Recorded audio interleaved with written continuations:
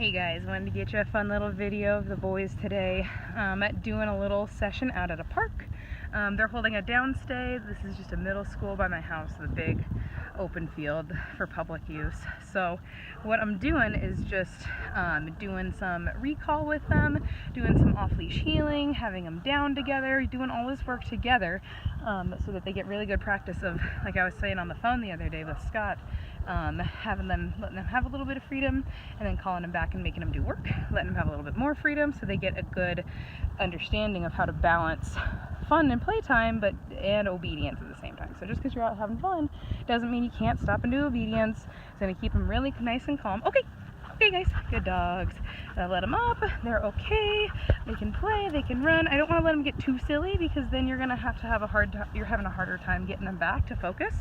Good, but you know, they can play a little bit, they can run, and also, you know, they're not my dogs and I don't want to let them get too far from me since they're off leash. Moose, come. Good. Buck, Moose, down. Down. No, being silly. I know. Down. Good. So they're definitely still puppies, still want to be silly, but we're just kind of being patient with them, and I'll tap them to correct them with the vibration when they're rolling around and being silly, and that seems to be the best way that they understand how to kind of figure out what I want from them. I just want you to down, you don't get to be silly. I've talked about that silliness. They can for sure be silly because they're puppies, but we don't want to lead that to them thinking they can use that to break behaviors. So that's why I do that, and just keep it nice and calm so that they can learn how to relax, because that's a big thing with these guys. They're two high energy breeds smushed together. They're young, they got a lot of energy, they don't have a lot of impulse control, so we're building that up, and that's what we're doing with this.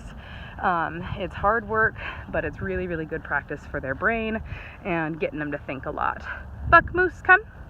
Good. Buck, down. Good. Moose, down. Good dog. Much better. And I do a lot of that recall from short distances, build it up to longer and longer distances. The longer they have to come, the more excited they are when they get to you. And so I keep it kind of short at first, and then I build up to that long distance recall. If we do that long distance recall right away, then they come in so fast and they're so excited and they just kind of blow right by you. So I do nice and short ones first and then build it up to longer and longer so they understand what I want from them. Buck, Moose, come. Buck, come on, buddy. There you go. Good. Moose, come. Good. So that's what I mean with Mr. Moose. He kind of blows by you and gets distracted, and that's what I want to correct. So if that happens, if he goes right by you and goes off and he's like, oh, okay, cool, I can go do something else. Come. Good. There it is. Then I turn and go away from him again. Come. Good. And there's a person over there. That's why they're getting distracted. Good. Buck, Moose, heel. Let's do some healing. Good. Heel. Good, Buck. That's a good boy. Good dogs. Heel, Buck. Good dogs. And now I am having, you know, I have a lot of practice with this. I have both their e-collars in one hand, so that's how I'm able to do this, and film at the same time. So it's not easy. It takes a lot of coordination. Heel. Good. Come on, Buck. Heel. But when you guys are doing this, you know, it's obviously going to be easier. You don't have to film it all the time. If I had somebody else, they'd be filming it with me, but that's what I'm doing. So, you know, they both are under control, and, you know, you can see Mr. Buck is getting a little distracted when, you know, because we've been doing some downs and recall. It's fun, and I gave them some off-leash time, and we do this healing to calm their brains back down, get them back into work mode. Good. And now once they're nice and calm and under control again, then I can let them go and be free. Okay guys, that's good dogs. There we go.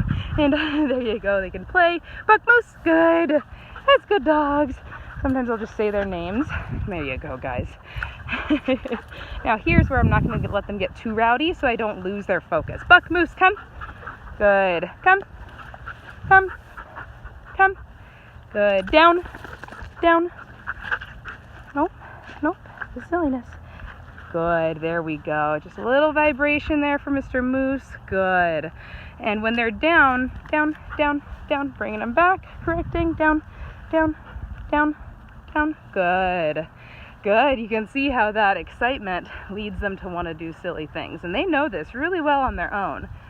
And that's the challenge that we're working through right now. So this is a lot of the stuff that we've been doing. And honestly, this is the most freedom I've given them. Oops, sorry, buddy. I hit the wrong button. Down. Good boy. I know. Sorry, Mr. Moose Moose.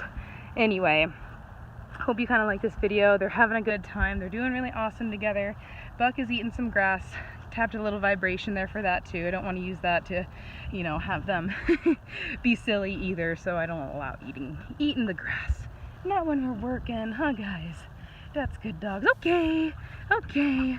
And you can see the difference in the release. When I release them, Moose is really back to being very excited. When I want a recall and I say, come, then I want it to be nice and calm. So I don't care if he gets up and is silly when I say okay like that. But if I want that recall, I want it to be really, really calm. So anyway, good job, guys. Heel. Let's do a little bit more healing. Show off. Heel. Good. Good, Mr. Moose.